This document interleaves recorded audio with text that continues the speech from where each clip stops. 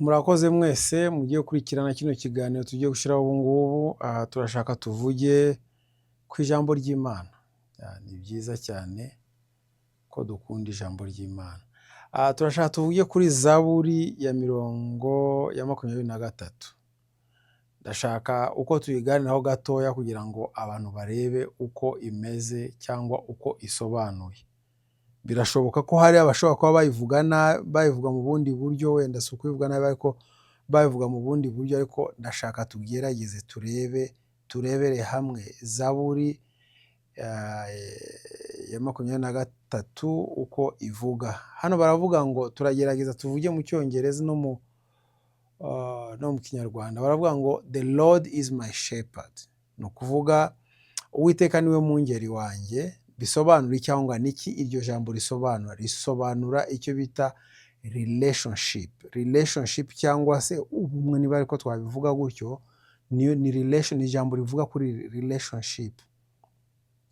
Ni relationship cyangwa ubumwe hagati ya Uwiteka Imana n'umuntu n'abantu, wenda niba twabivuga gutyo. Ikindi bavuga ngo I shall not want. Ni ukuvuga Uwiteka niwe mwungeri wanjye, sinzakena. Sinzakena bisobanura iki? Bisobanura icyo bita ni supply. Supply ni ukuvuga ibyo ukeneye urabibona. Ni ukuvuga niwe uguha cyangwa gutanga, uguha ibikenewe. Hanyuma ngo he makes me lie in the green pasture. Ni ukuvuga anjyana iruhande rw'amazi adasuma. Ibyo bisobanura iki? Bisobanura kuruhuka. Ijambo risobanura kuruhuka uko nguko. Hanyuma bakavuga ngo he leads me beside the still water. Ni ukuvuga anjyana iruhande rw'amazi adasuma. Bisobanura iki ibyo ngibyo? Nicyo bita refreshments. Refreshment mu Cyongereza bita ni refreshments. Ni ukuvuga refreshment ni ukufata akayaga keza, kubaho neza, niba ko umuntu yabivuga gutyo. Kugarura imbaraga, kugarura ubuyanja, niba ko umuntu yabivuga gutyo. Hanyuma ni ukuvuga asubiza intege mu bugingo bwanjye. Ni ukuvuga asubiza intege mu bugingo bwanjye. Bisobanura ngo he restore my soul. How ni healing. Niba bavuze ngo asubiza intege mu bugingo bwanjye, ni ukuvuga ni ugukira, ni healing, ni ugukira indwara cyangwa ibindi byose gutyo, cyane cyane indwara. Hanyuma bavuga ngo he leads me in the path of righteousness. Ni ukuvuga anyobora inzira yo gukiranuka. Bisobanura iki? Ni guidance cyangwa kuyobora. Ni ukuyobora aho ngaho. Urumva twabanje kuvuga icyo bita relationship, supply, rest, refreshments, healing. None tugeze kuri guidance. Anyobora inzira yo gukiranuka. Hanyuma abavuze ngo kubw'izina rye, for his name's sake. Niba bavuze ngo anyobora inzira yo gukiranuka kubw'izina rye, ni akantu gatandukanye n'ibyo bya mbere. Ni ukuvuga he leads me in the path of righteousness, guidance. For his name's sake bisobanura purpose cyangwa intego. Ni ukuvuga akuyobora mu nzira yo gukiranuka kubw'izina rye. Niba bavuze kubw'izina rye, ni ukuvuga ni intego. Uranyihangana ntabwo ndi kubwiriza, ni ukubasobanura gusa, kuko kugira ngo ubreakinge ijambo ugende uricamo ibice gutyo kugira ngo ryumvikane neza. Hari ukuntu abantu batekereza ngo ni ukubwiriza cyangwa n'icyo, ariko nabyo nta kibazo cyaba gihari, ariko ni ukugira ngo abantu bashobore kumva neza uko bimeze. Hanyuma baravuga ngo naho nanyura mu gikombe cy'igicucu cy'urupfu, I walk through the valley of shadow of death. Ni ukuvuga bisobanura iki ibyo ngibyo?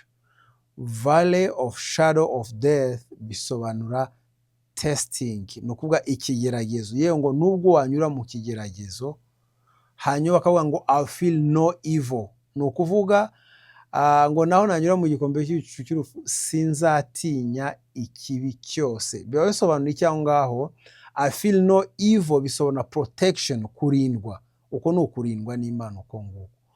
For thy will for thou will be with me.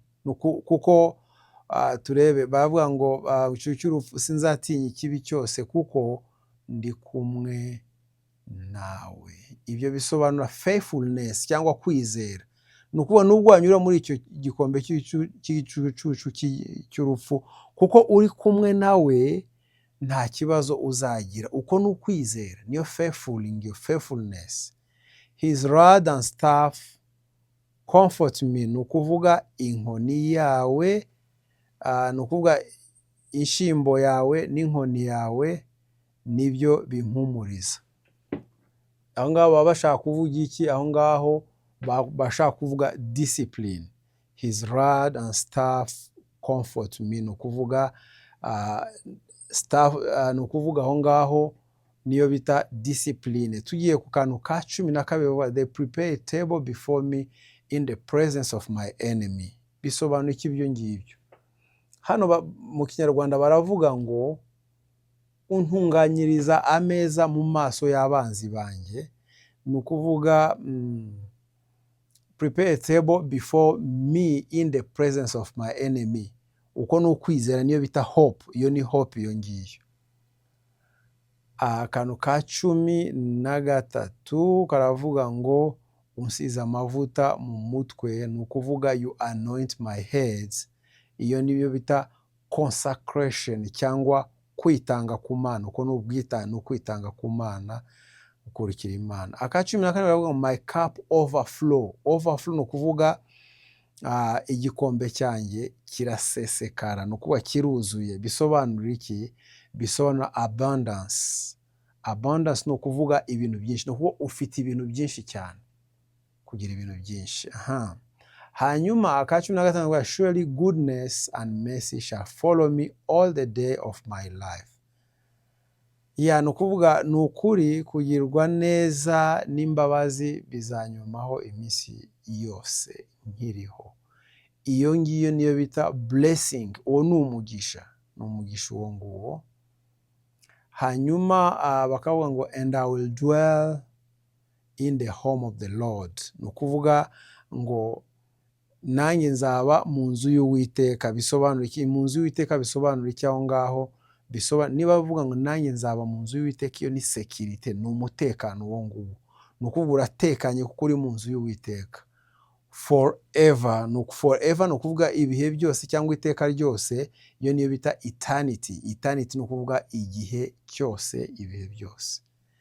Ngira ngo aha ngaha turabyumvise neza. Ni ijambo wenda rishobora kugufasha rimwe na rimwe nk'igihe uri gusoma ijambo ry'Imana kugira ngo ushobore gusobanukirwa uko bimeze. The Lord is my shepherd, ni ukuvuga relationship. I shall not want, ni ukuvuga supply. He make me lie in the green pasture, ni ukuvuga rests. He lead me beside the still water, refreshments. He restore my soul, ni ukuvuga healing. Ibyo ngibyo nashatse kubabwira ubyumve, wumve uko ibyo byose hariho your relationship yawe n'Imana. Supply, Imana ni gusupplyinga. Imana ni guha kuruhuka. Imana ni utuma ugira refreshment cyangwa ugira ubuzima bumeze neza, ni ukuvuga umeze neza. Ni guha healing, ni ukuvuga gukira. Kandi guidance, ni ukuvuga niyo ikuyobora. Kandi kuri purpose, for his name's sake, kubw'izina rye. For his name's sake ni ukuvuga kubw'intego, purpose yiwe. Kandi naho twavuze ngo I walk through the valley of shadow of death. Nubwo nanyura mu gikombe cy'urupfu, ntacyo nzaba. Ni ukuvuga I feel no evil. Ni ukuvuga aho ngaho testing, ibigeragezo. Nubwo waba uri mu bigeragezo, hariho icyo bita protection kuri wowe. Ni ukuvuga I feel no evil. Ni ukuvuga nta kibazo ufite kuko ufite protection. Kandi hariho faithfulness cyangwa kwizera. Niba bavuga ngo the rod and staff comfort me, ni ukuvuga aho ni discipline. Hariho icyizere, hariho kwitanga ku Mana, hariho abundance cyangwa ibintu byinshi ugomba kuba ufite, hariho blessing, hari n'umutekano, hakabaho na eternity. Mbasubiye mu bisubizo byose nagiye mvuga aha ngaha kugira ngo mubyumve neza. Ku Mana hariho iki? Hariho relationship, supply, rest, refreshments, healing, guidance, purpose, testing and protection, faithful and discipline, hope and consecration, abundance and blessing, hanyuma hakabaho icyo bita security and eternity. Nibyo nashatse kubabwira uno munsi. Ntutekereze ko ibingibi nta mumaro bifite, ntubitekereze gutyo. Ubifate uko ari ibintu byiza kandi byagufasha, kandi binabaye na ngombwa nawe wafata Bibiliya yawe ugasoma no Zaburi ya 23 kugira ngo ushobore kubyumva neza. Ariko ibyo byose uko biri aho ngaho ni ibintu bishobora kugufasha cyane uramutse ufashe umwanya ugira ngo ubisome ubisobanukirwe. Akongo ko ibyo navuze aha ngaha ni ukuvuga nagiye mbi breakinga, ni ukuvuga nagiye mbicamo ibice kugira ngo mushobore kumva neza ibisobanuro by'uto tuntu by'amagambo nkuko nagiye nyeshira aho ngaho. Ariko mu by'ukuri muramukoze cyane, kandi no video uko byagenda kose irafasha abantu benshi cyane.